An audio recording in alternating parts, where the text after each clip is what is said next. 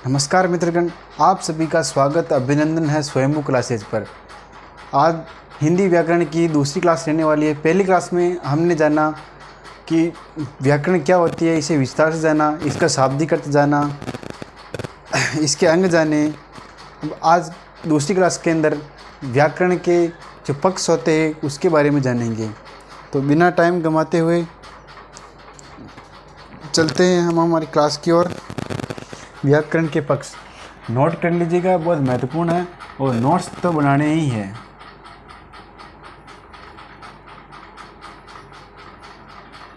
व्याकरण के पक्ष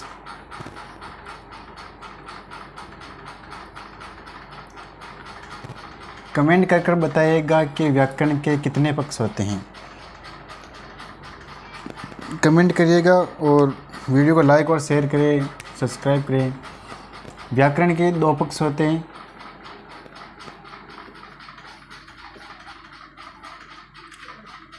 एक डायग्राम बनाइए। पहला पक्ष व्युत्पत्ति,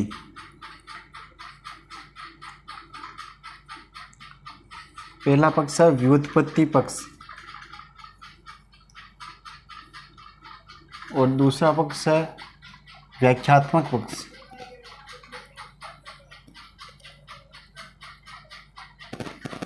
दूसरा पक्ष है व्याख्यात्मक पक्ष।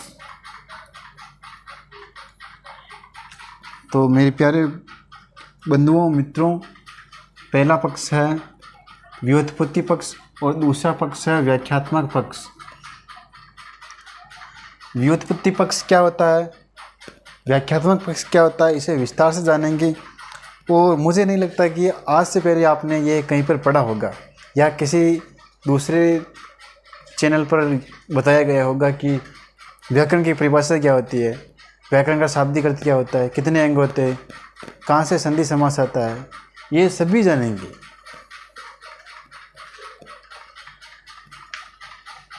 व्युत्पत्ति,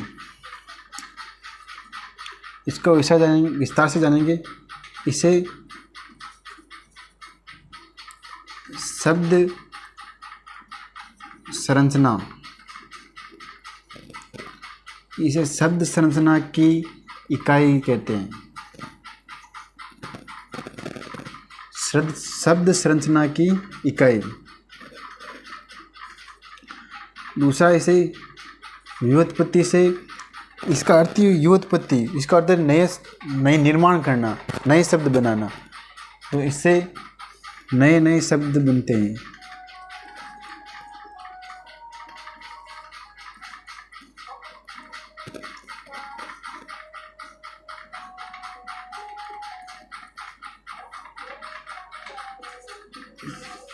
यह उत्पत्ति पक्ष है।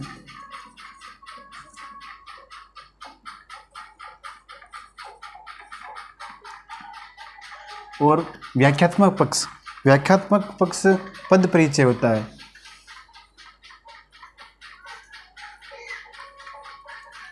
पद परिचय, पद परिचय जैसे मैं मेरा नाम बताऊं, मेरे पापा का नाम बताऊं, मेरे दादा का नाम बताऊं, तो वो पद परिचय हो गया। इसमें पदों का परिचय आता है। क्या आता है मेरे प्यारे मित्रों? पदों का परिचय।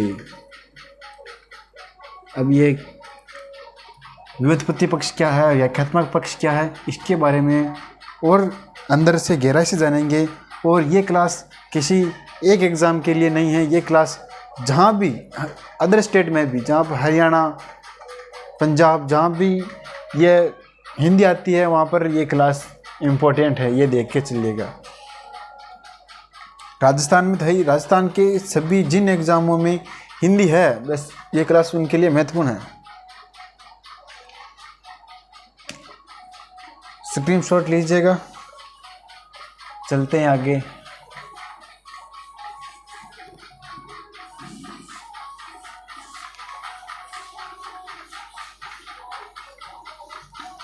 व्युत्पत्ति के पक्ष दो होते हैं, व्याकरण के पक्ष दो होते हैं, व्युत्पत्ति पक्ष और व्याख्यात्मक पक्ष। अब व्युत्पत्ति पक्ष को देखते हैं, इसको अंदर से गहराई से जानते हैं।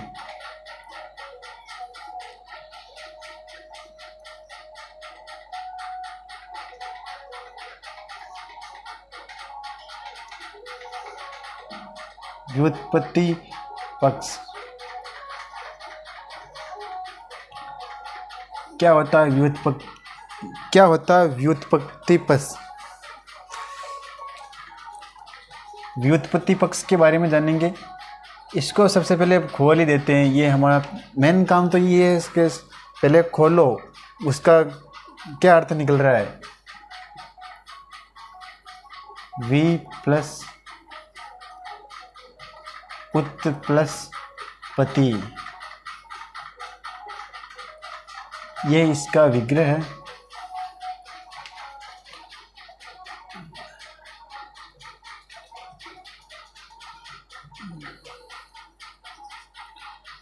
इसके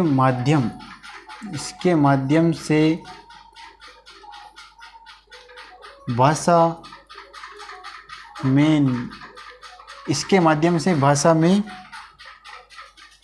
नए नए शब्दों का निर्माण किया जाता है।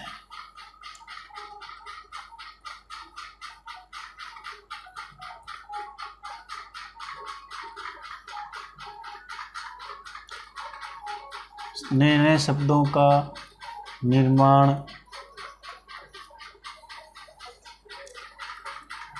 किया जाता है।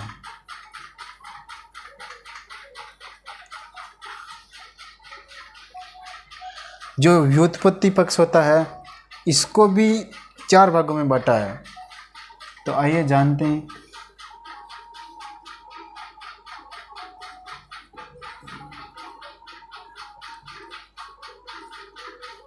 व्युत्पत्ति पक्ष को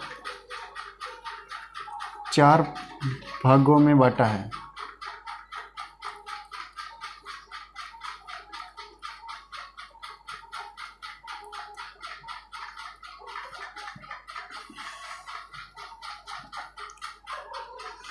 वो 4 पक्ष कौन कौन से हैं ये आप कमेंट कर बताएंगे। क्लास के अंदर कमेंट करिएगा कि ये कौन कौन से 4 पक्ष होते हैं।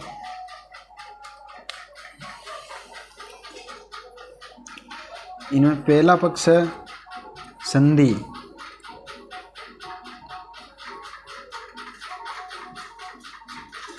दूसरा पक्ष है समास, तीसरा पक्ष है उपसर्ग। अब आप सोच रहे होंगे कि सर ये भी इसमें आता है कि ये सभी इसी में आता है, क्योंकि जो शब्द निर्माण, व्युत्पत्ति, नए शब्द बनाना और जो व्याकरण में जितने भी नए शब्द बनते हैं वो इन्हीं से बनते हैं। और चौथा है प्रत्यय। आप सोच रहे होंगे कि प्रत्यय भी इसी में आता है क्या? अरे मेरे प्यारे बंधुओं, ये भी इसी में आता है। और एक महत्वपूर्ण बात,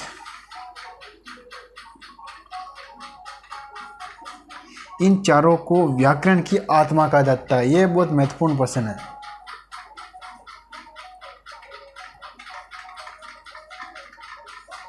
व्याकरण की आत्मा या हृदय, इन चारों व्युत्पत्ति को 4 पक्षों में बांटा है। संधि, समास, उपसर्ग और प्रत्यय। इन चारों को व्याकरण की आत्मा कहा जाता है। ये प्रश्न आपको शायद पहली बार देखने में मिल सकता है।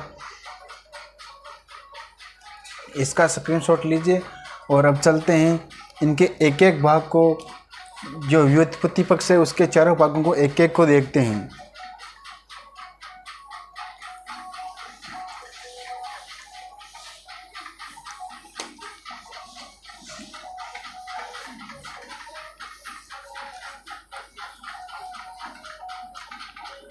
कल से रोज़ शाम 7:30 बजे राजस्थान जीके की क्लास भी आएगी, जिसमें राजस्थान दुर्गों को निपटा दिया जाएगा। इसमें पहला टॉपिक है संधि।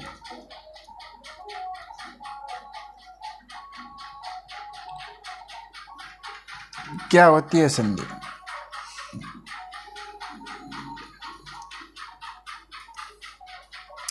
अभी इन चारों टॉपिकों का कुछ कुछ ट्रेलर देखेंगे, मतलब फिल्म बाकी है। फिल्म जब ये मेन टॉपिक जब ये पढ़ाया जाएगा, जब संधि पढ़ाएंगे, तब 20 लगभग 10-15 दिन केवल संधि की क्लास चलेगी, जब देखेंगे फिर पूरी फिल्म। लेकिन अभी केवल ट्रेलर देखेंगे कुछ उदाहरणों के साथ, केवल समझाने के लिए। तो जैसे सम प्लस थी, इससे नया शब्द क्या बनता है यह आप कमेंट में बताएंगे।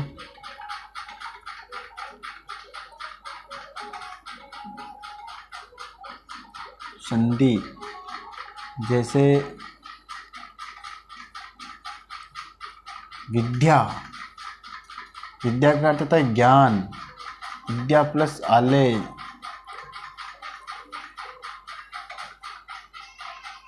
और विद्या प्लस आलय से नया शब्द बन गया विद्यालय।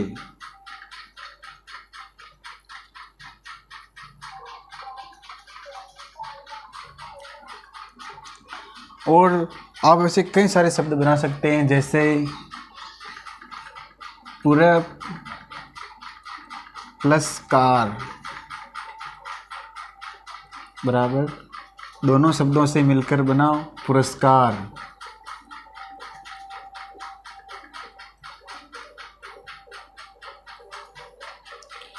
जैसे कोई एक और ले लो, हाँ, रमा प्लस ईस बराबर रमेश। ऐसे आप और कई सारे शब्द बना सकते हैं। यह व्युत्पत्ति पक्ष का पहला भाग है, संधि। इसके द्वारा हम कई सारे और शब्दों का निर्माण कर सकते हैं, नए नए शब्दों का।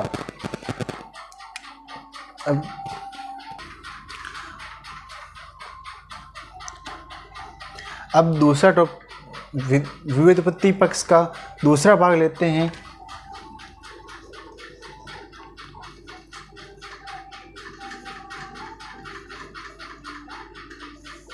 समास। हम समास से भी कई सारे नए शब्द बनाते हैं, बनाया जा सकता है। आइए बनाते हैं। जैसे विद्या के लिए आलय,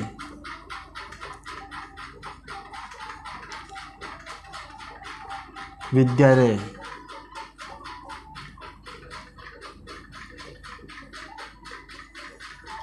इस तरह हम और शब्द बनाते हैं, कुछ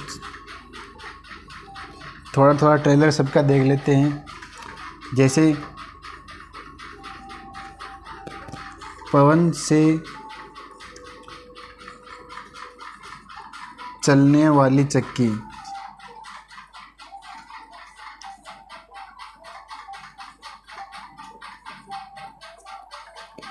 बराबर पवन चक्की।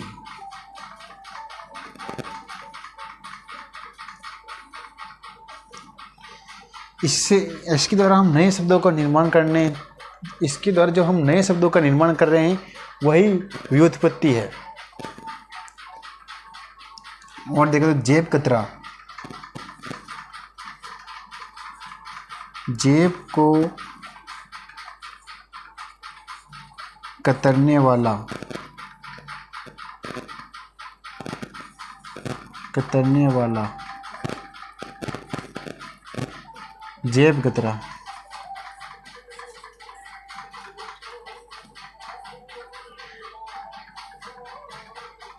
जैसे एक और उदाहरण लेते हैं, शुभ आगमन, शुभ आगमन, शुभ है जो आगमन।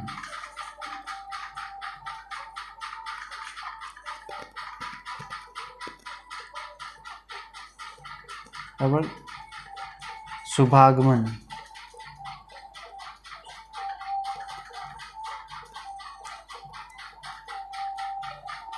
इस तरह आप कई सारे और अन्य, ये तो केवल 4 बनाए हैं, 4 इसके बनाए, आप इसके दो ऐसे करके कई सारे शब्द बना सकते हैं। व्युत्पत्ति का तीसरा भाग देखते हैं, इसका स्क्रीनशॉट ले लीजिए।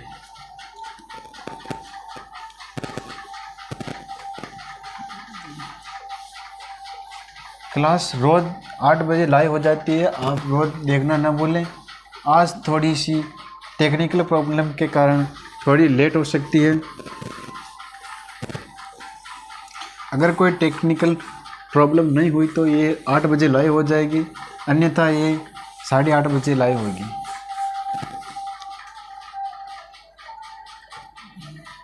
अब तीसरा भाग देखते हैं, व्युत्पत्ति पक्ष का उपसर्ग।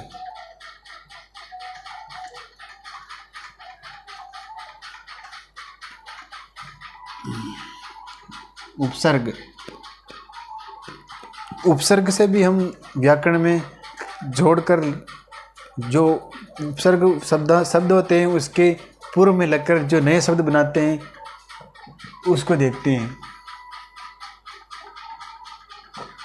उपसर्ग प्लस उप प्लस सर्ग। सर्ग का अर्थ होता है निर्माण।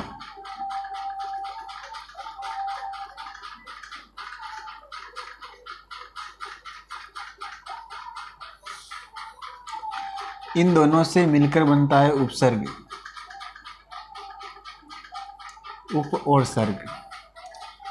जैसे मैं आपको एक शब्द लिखकर बताता हूँ, एक डायग्राम बनाते हैं। से इसमें मैंने लिख दिया देश। अब देश के कई सारे उपसर्ग जोड़कर हम नए शब्द बना सकते हैं। जैसे एक मैं जोड़ूँ उप, जैसे मैंने जोड़ दिया निर, जैसे मैंने जोड़ दिया परि, प्रति,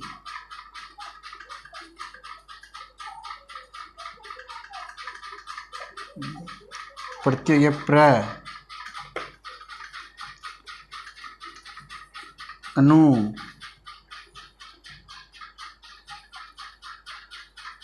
सम,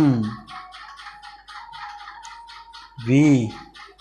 ये उपसर्ग जोड़कर हम जो नए शब्द बनाएंगे उनको देखिए आप कैसे नए शब्द बनते हैं। तो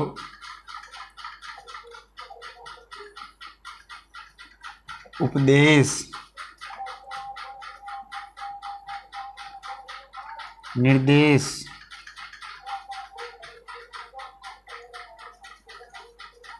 परिदेश। और ऐसे नहीं कि कोई सा भी प्रत्यय लगाकर जोड़ दिया, जिनका अर्थ निकलना चाहिए। प्रतिदेश,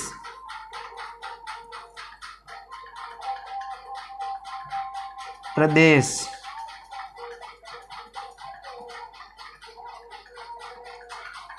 अनुदेश,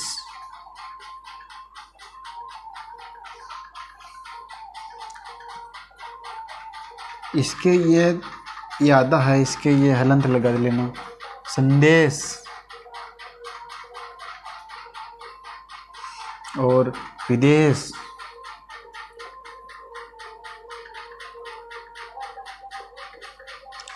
ऐसे करके हम जैसे एक और आ उपसर्ग लगाकर आदेश,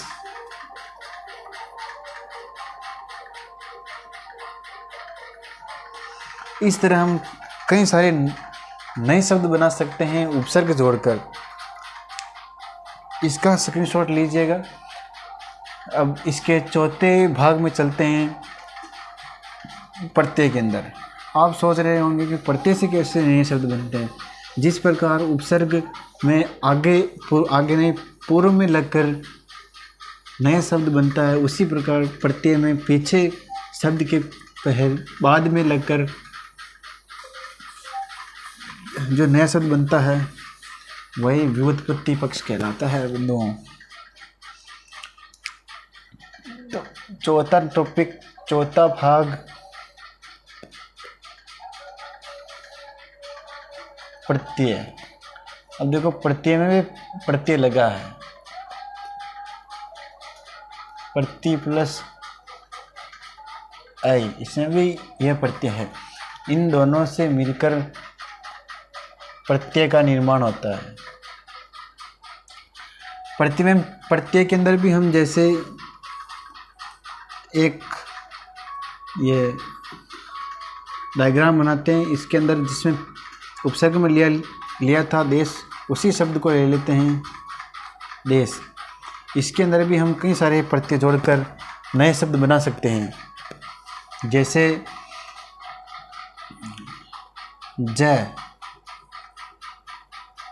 गत,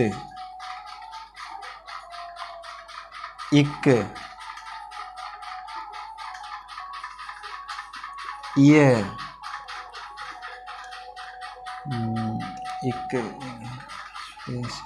और कोई शब्द बताइएगा, कमेंट कर बताइएगा जी। देशज, हाँ, एक ई प्रत्यय भी जोड़कर बना सकते हैं, देशज, देशगत,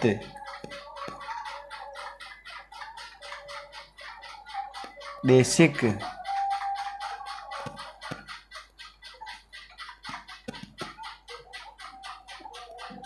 देशिक,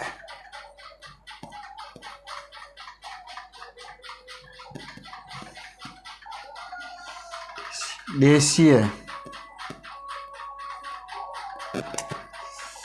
देसी, हाँ देसी, प्योर।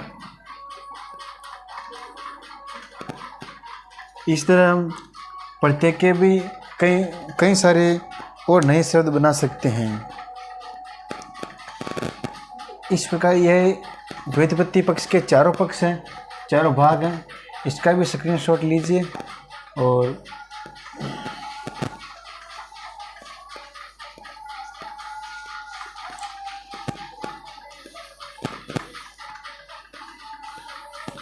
जो व्याख्यात्मक पक्ष था उसका अर्थ होता है व्याख्या करना, किसी शब्द या किसी का जानकारी देना, यह व्याख्यात्मक होता है, व्याख्यात्मक पक्ष का होता है। आज की क्लास में बस इतना ही, आगे का कल की क्लास में देखेंगे। और अंत में यही कहना चाहूँगा कि वीडियो को लाइक और शेयर करें तथा चैनल को सब्सक्राइब करें, और ये जानकारी अपने तक सीमित न रहकर अपने दोस्तों को भी शेयर करें। तथा ये नया चैनल है तो इसको आपको ट्रेंडिंग में तो लाना पड़ेगा।